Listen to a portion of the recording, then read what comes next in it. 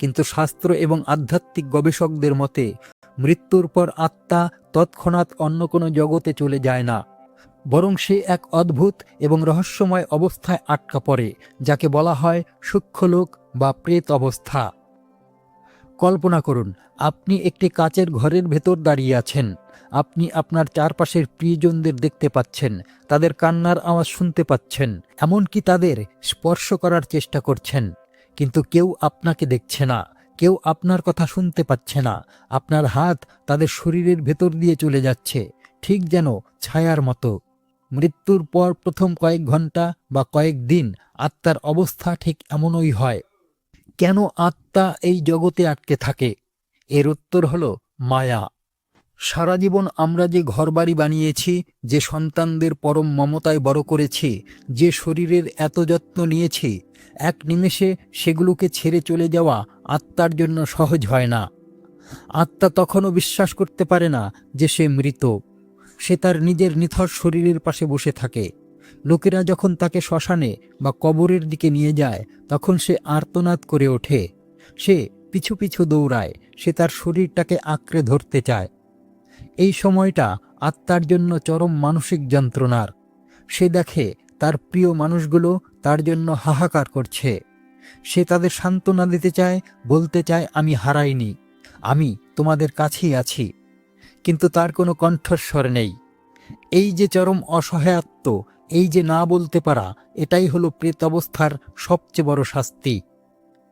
অনেকে প্রশ্ন করেন, মারা যাওয়া মানুষেরা কি আমাদের দেখতে পায়? হ্যাঁ, পায়, কিন্তু তাদের দেখার ধরন আলাদা। তারা আমাদের চোখের জল দেখে না, তারা অনুভব করে আমাদের হৃদয় স্পন্দন এবং আমাদের চিন্তা। আমরা যদি খুব বেশি ভেঙে পড়ি, খুব বেশি চিৎকার করে বিলাপ করি, তবে আত্মা আরও বেশি অস্থির হয়ে ওঠে। সে তখন মায়ার টানে এই পৃথিবী ছেড়ে ওপারে যেতে পারে না। সে এক অন্তহীন অতৃপ্তি নিয়ে আমাদের চারপাশেই ঘুরতে থাকে। স্বপ্নে কেন তারা ফিরে আসে? মাঝে মধ্যে গভীর রাতে আমরা মৃত প্রিয়জনদের স্বপ্নে দেখি। কখনো তারা আমাদের সাবধান করে, কখনো শুধু তাকিয়ে থাকে, আবার কখনো কোনো কিছু চায়।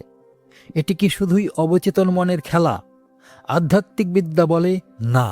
যখন আত্মা অনুভব করে যে তার কোনো কাজ অসম্পূর্ণ রয়ে গেছে, কিংবা তার পরিবার কোনো বিপদে পড়তে চলেছে, তখন সে সূক্ষ্ম শরীরের শক্তি ব্যবহার করে আমাদের স্বপ্নে আসার চেষ্টা করে।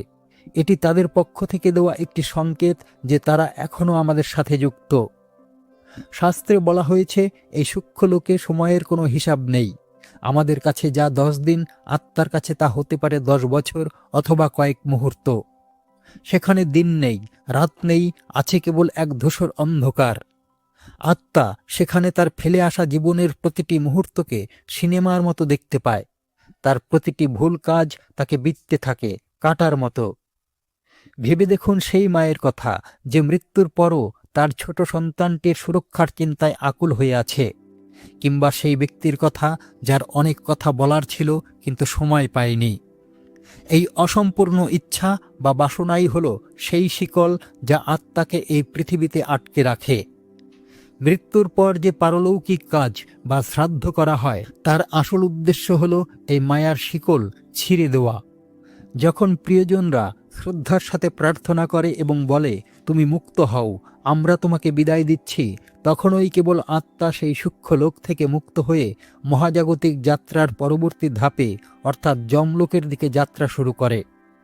সূক্ষ্মলোকের সেই সময়টা পার হওয়ার পর শুরু হয় আসল যাত্রা, যমলোকের অভিমুখ।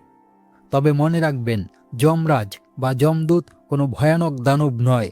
তারা কেবল আপনার জীবনের কর্মফলের সাক্ষী। মারা যাওয়া মানুষেরা এখন কি করছে? এই প্রশ্নের সবচেয়ে বড় উত্তর হলো, তারা তাদের জীবনের সত্যের মুখোমুখি হচ্ছে। পৃথিবীতে আমরা অনেক বাহানা দিতে পারি, মিথ্যে বলে পার পেতে পারি, কিন্তু মৃত্যুর পর আত্মার সামনে কোনো পর্দা থাকে না। সেখানে কোনো উকিল নেই, কোনো সুপারিশ নেই, সেখানে কেবল আপনি আর আপনার কর্ম। যারা জীবনে দয়া, প্রেম আর সততার পথে হেঁটেছে, তাদের এই যাত্রা হয় অত্যন্ত শান্তিপূর্ণ, যেন তারা এক শীতল ছায়াপথ ধরে এগিয়ে চলেছে। কিন্তু যারা স্বার্থপরতায় ডুবেছিল, যারা অন্যের চোখের জলকে উপহাস করেছে, তাদের জন্য এই পথ তপ্ত বালুর মতো দহনকারী। আত্মা তখন বুঝতে পারে যে অট্টালিকা, যে ব্যাংক ব্যালেন্সের জন্য সে সারা জীবন লড়াই করেছে, তার এক আনাও সাথে আসেনি। সাথে এসেছে কেবল কয়েক ফোঁটা নিঃস্বার্থ ভালোবাসা আর পুণ্য। মায়ার বাঁধন ছিন্ন করে আত্মা যখন সূক্ষ্ম লোক ছেড়ে মহাজাগতিক পথে পা বাড়ায়, তখন শুরু হয় তার জীবনের সবচেয়ে কঠিন পরীক্ষা। এই যাত্রাকেই শাস্ত্রে বলা হয়েছে যমলোকের যাত্রা। কিন্তু ভুল করবেন না, যমলোক মানে কেবল ভয়ঙ্কর কোনো নরককুণ্ড নয়, বরং এটি হলো মহাজাগতিক আয়না, যেখানে প্রত্যেকটি আত্মাকে তার নিজের আসল চেহারা দেখতে হয়। কল্পনা করুন এমন এক বিচারালয় যেখানে আপনার সাথে আপনার কোনো আইনজীবী নেই, কোনো সুপারিশ করার মানুষ নেই, এমনকি আপনি যে শরীরটিকে এতদিন আমি বলে পরিচয় দিয়েছেন সেই শরীরটিও নেই। আছে কেবল আপনার চেতনা। এই পথে হাঁটতে হাঁটতে আত্মাকে একটি অদ্ভুত অনুভূতির মধ্য দিয়ে যেতে হয়। সে দেখতে পায় তার জীবনের প্রতিটি ছোট বড় ঘটনা। আমরা পৃথিবীতে ভাবি কেউ তো দেখছে না, একটু মিথ্যে বললে কি হবে, কিংবা কাউকে একটু ঠকালে বা মনে কষ্ট দিলে কার কি ক্ষতি হবে। কিন্তু মৃত্যুর পর যমলোকের সেই পথে আপনার করা প্রতিটি কাজ, তা সে অন্ধকার ঘরে একাকী করা কোনো অন্যায় হোক বা ভিড়ের মাঝে করা কোনো ভালো কাজ, সবই জীবন্ত হয়ে আপনার সামনে এসে দাঁড়ায়।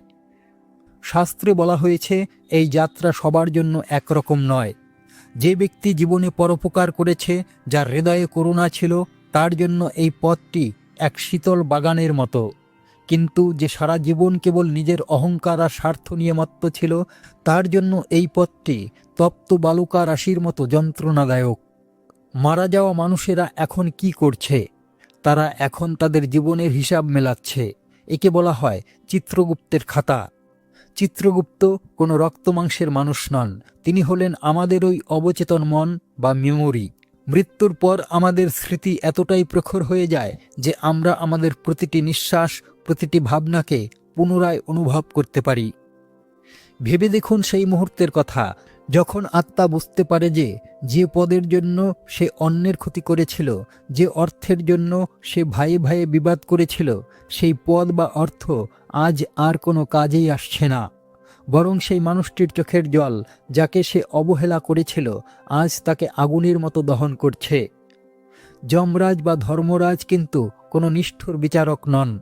তিনি কেবল আমাদের ওই কর্মের ফলটা দেখিয়ে দেন। তিনি অনেকটা শিক্ষকের মতো, যিনি পরীক্ষার খাতাটা আপনার সামনে মেলে ধরেন। আত্মা যখন সেখানে নিজের ভুলগুলো বুঝতে পারে, তখন তার মধ্যে জন্ম নেয় এক চরম অনুতাপ। মারা যাওয়া মানুষেরা এই সময়ে সবচেয়ে বেশি যেটা করে তা হলো এই অনুতাপ। তারা ডুকরে কেঁদে ওঠে এবং ভাবে, হায়, যদি আর একবার সুযোগ পেতাম তবে আমি সব ঠিক করে নিতাম। কিন্তু সময় যমলোকের এই যাত্রায় আত্মাকে শেখানো হয় যে জাগতিক মায়া আর পরমার্থের মধ্যে পার্থক্য কী।